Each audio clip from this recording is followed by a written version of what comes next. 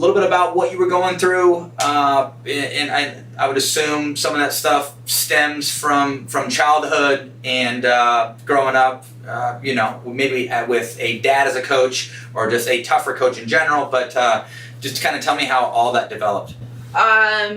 So I mean, it's no secret, I think, to most people, and I would have been the first one to admit that I struggled with my emotions on the court, and I knew this kind of all my life, but now that pickleball became my full-time job, it definitely got in the way of my performance. So actually we met Jim at Tyson McGuffin camp at the beginning. That was right after the double shootout. Beginning of April, yeah. Yeah. Jimmy.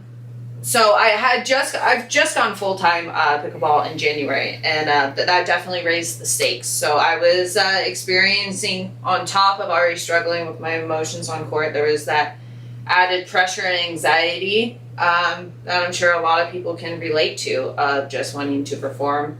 And so actually it was Jim's wife, Kareem, who I was talking to, and she was, I don't know, I didn't even remember the conversation, but I just basically said, yeah, I'm going to pull out of some singles events because I'm just having too much anxiety on the court. I can't really perform how I know I can perform. And she actually told her husband, who is Dr. Jim Costello, and so there's been kind of like some misinterpretation of what Jim is. He's not really my mental coach. Yes, he has helped me mentally, but I can actually just kind of give it to you in his words. What he does is his focus is on nerve system performance. So because I was experiencing so much anxiety, it was actually neurological. It can stem from childhood, just from whatever, really. No one really knows. But I know for me, a lot of it was I've experienced performance anxiety and anxiety in general since whenever I can remember, and it affected me on court as well. So his focus is more on nerve system performance. So what we actually do is more physical rather than mental.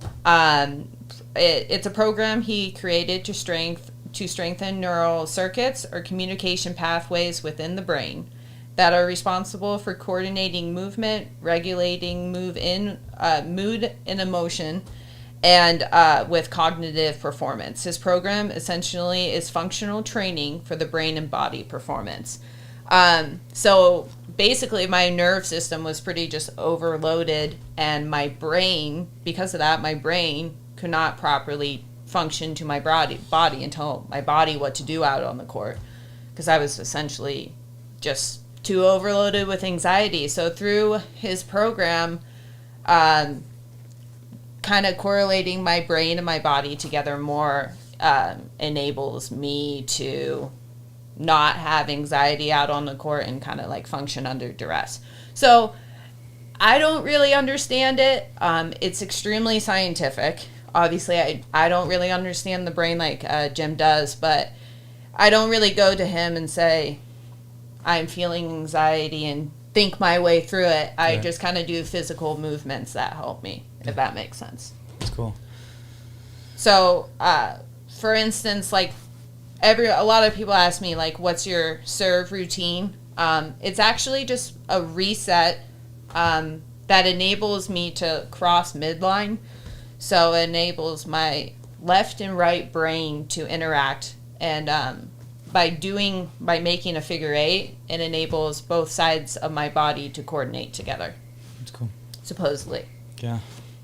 And I've seen, as with a lot of people, but I've seen a huge jump just in your overall performance. When you're under pressure.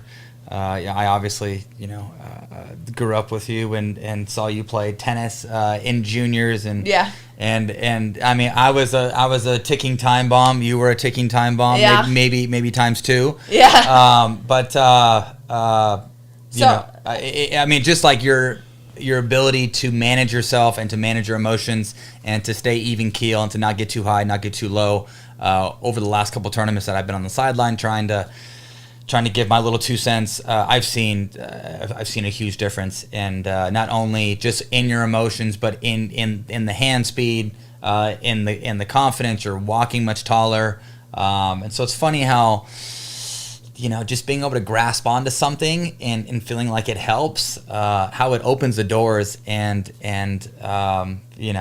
just gives you that little added boost that you need. And obviously not only is it helping talent wise, but it's helping emotionally, physically, and it just seems like your ability to manage pressure in those tougher moments is much better, and you're thriving. Oh yeah, it's I can't even believe it. It's just pretty much night and day between the way how I think, and there's like still emotion, obviously. Like I'm still working on it, as we've seen. It's always going to be there. Yeah, it's always going to be there. And in an ideal world, so in an ideal world, I don't have that split second, but I can let him go now a lot better. So it's actually been great, and it's like been a great thing in pickleball. Had I not had met you in my childhood, gone and worked this camp with you, I would have never met Jim. That's true, for sure. And I would have, and it's not just something, I'm like the first athlete that Jim has ever worked with. He really just does it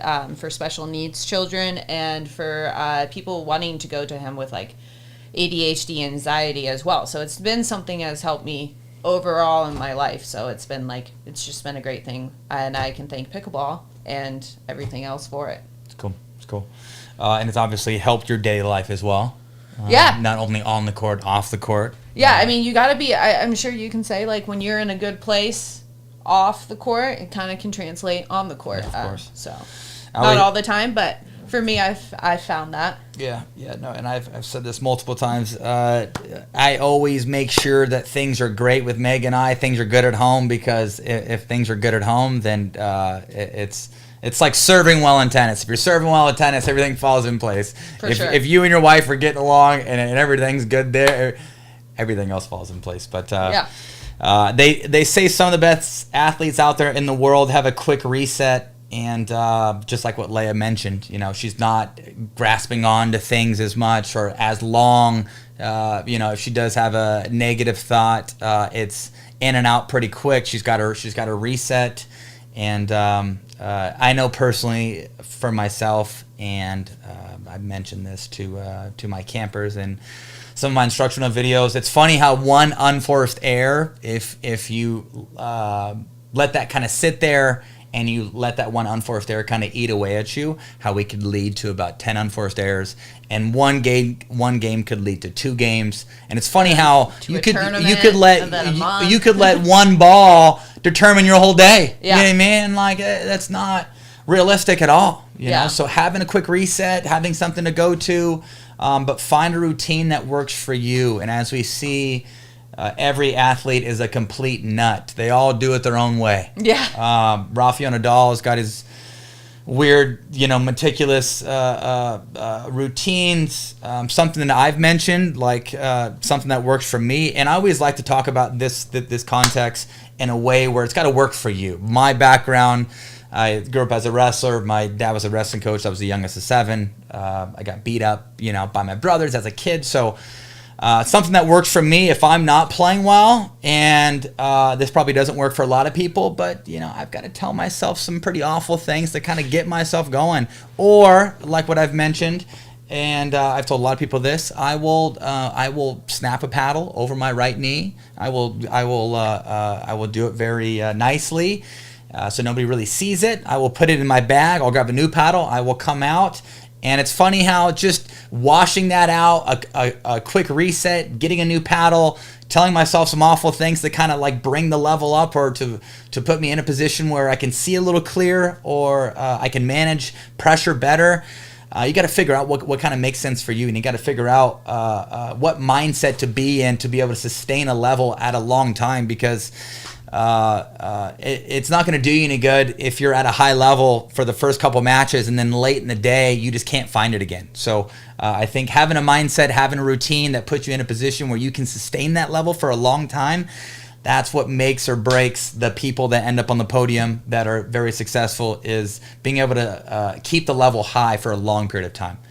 And I think a lot of that comes with having a quick reset, not hanging on to things, because it's a long day. It's a long day. It's a lot of balls You hit a lot of balls, and everybody puts their underwear on the same way. We're all going to miss drops. We're all going to miss serves. We're all going to miss returns. You can't hang on to that stuff. You got to focus on what you can control.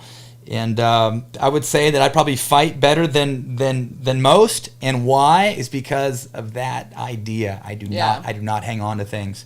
I had a crummy 2 months in Feb and March, and I've mentioned this a couple times on the pod.